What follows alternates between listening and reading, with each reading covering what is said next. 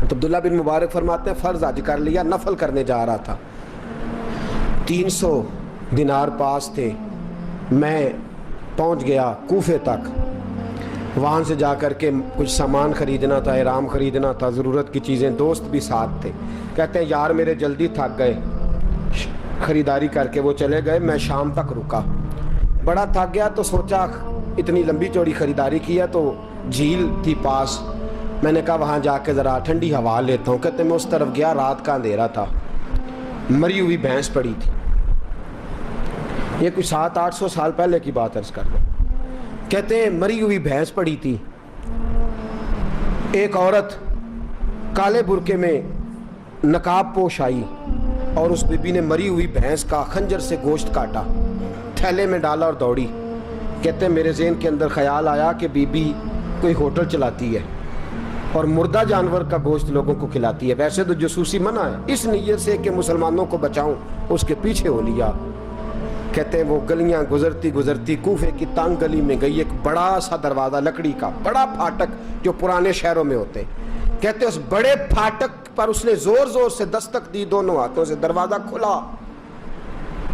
وہ عورت اندر داخل ہوئی تو 3-4 بچیاں جھٹ سے اس کے گرد کٹھی ہو گئیں، اماں کچھ لائی ہو؟ تو رونے لگی، کہنے لگی میں کچھ نہیں لا سکی، کہنے لگی یہ مردہ جانور کا گوشت ہے، اور حضور نے فرمایا جب مرنے لگو تو مردار کھا کے بھی جان بچا لو، اب میں دیکھتی ہوں تم سے کھڑا نہیں ہوا جاتا، نہ کھاؤ گی تو گر پڑو گی، یہ مردہ ہی ہے پکا لو،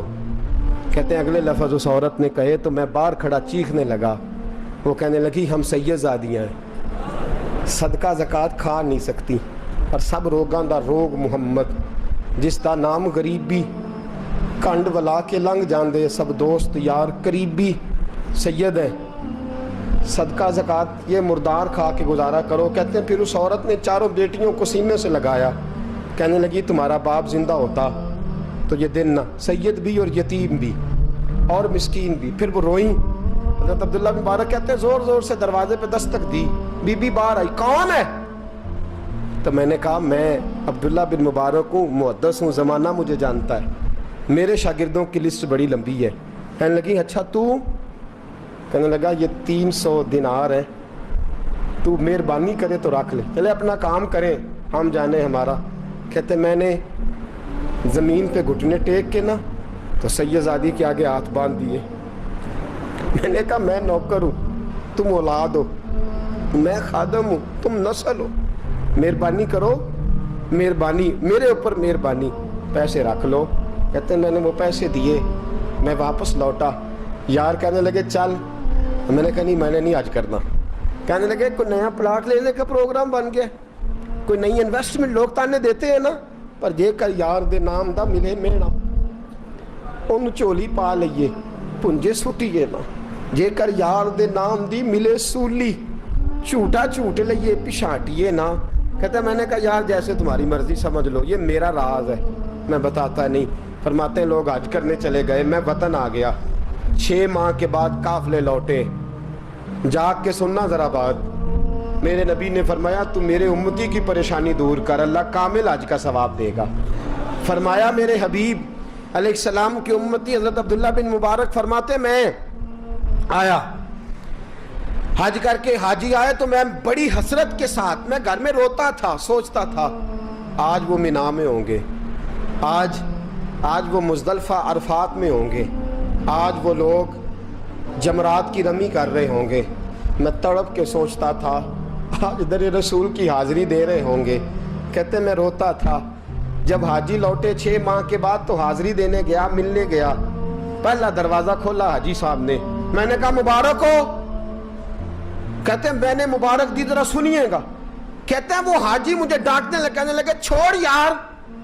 اتنا بڑا آدمی ہو کے تو غلط بات کرتا ہے، میں نے کہا کیا ہوا؟ کہنے لگے تو نے ہمیں کہا کہ جانا نہیں، اور پھر ہم مینا میں آوازیں دیتے رہے تو بات ہی نہیں سنتا تھا، ہم آوازیں دیتے رہے ان اللہ علی کل شیء قدیر، آوازیں دیتے تھے، سنتا نہیں تھا، کہتے میں حیران ہوں، میں یار میں تو گیا نہیں، کہنے لگے ہم 11 حاجی جھوٹ بولتے ہیں تو اکیلا سچ بولتا ہے، सब ने देखा है। कहते मैं पलट आया, चौथे दिन फिर एक हाजी को मिलने गया, मुबारक दी। कहने लगा छोड़ किस बात की मुबारक, मैदान अरफात में तो तूने बात भी नहीं सुनी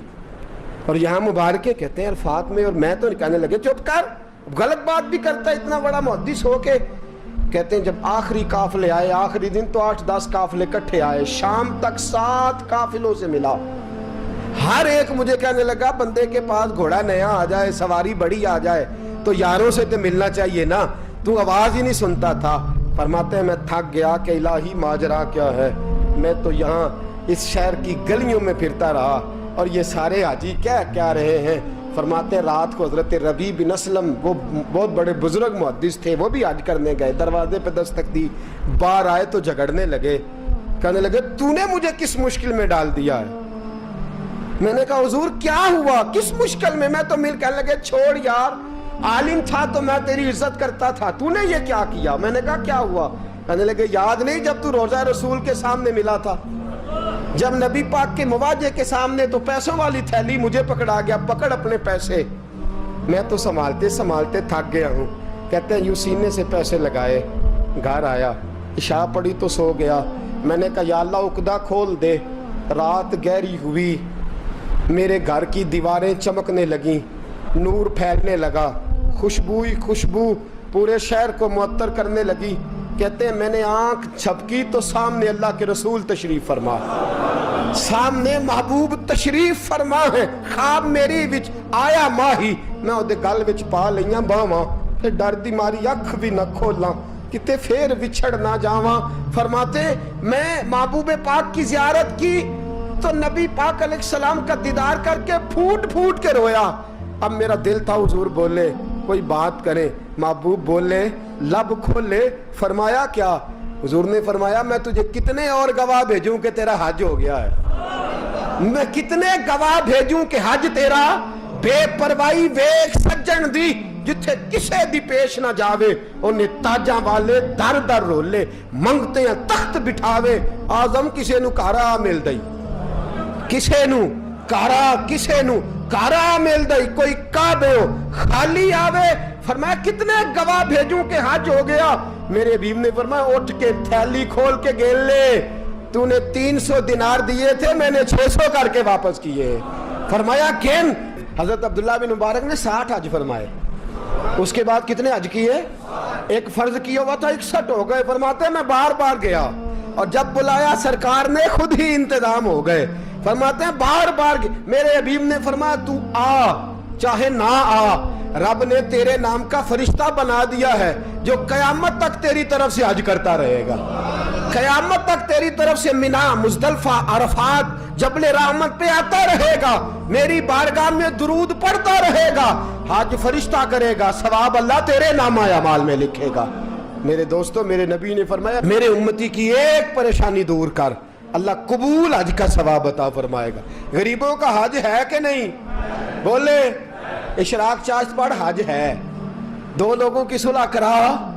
हज है, उलमा की नौकरी कर, एक एक दफा 70-70 हज तुझे मिलेंगे।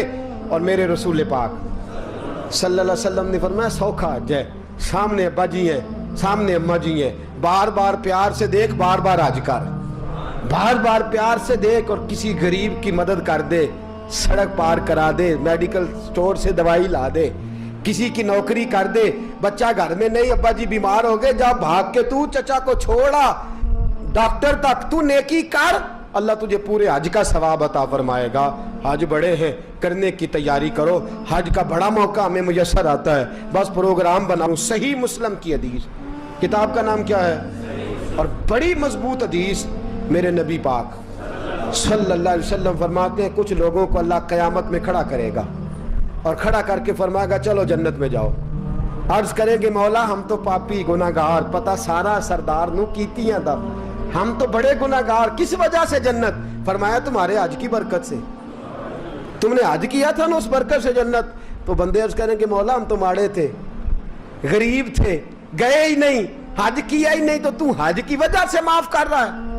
तो रब करीम फरमाएगा जब हाजी जाते थे दिल तड़पता था ना, जब हाजी जाते थे आंखें बरसती थी, जब हाजियों के काफिले निकलते थे उस वक्त तुम्हारे दिल में ख्वाहिश पैदा होती थी, फरमाया तुम तड़पा करते थे, मैंने तड़प पर ही तुम्हें हज का सवाब दिया, और खाली सवाब नहीं दिया, उस हज की बरकत से आज जन्नत भी अता फरमा रहा हूँ। मेरे दोस्त प्रोग्राम बना, तड़प पैदा कर, नीयत पैदा कर, ये ना कहा कर कि हज तो सिर्फ अमीरों का है, गरीब कैसे करे, हज बड़े हैं, करने की तैयारी कर, तू प्रोग्राम बना, मेरा रब तुझे गांव गांव पे, नगर नगर पे, गली गली हज का सवाब देगा। हमेशा मिदहते खैरुल अनाम में गुजर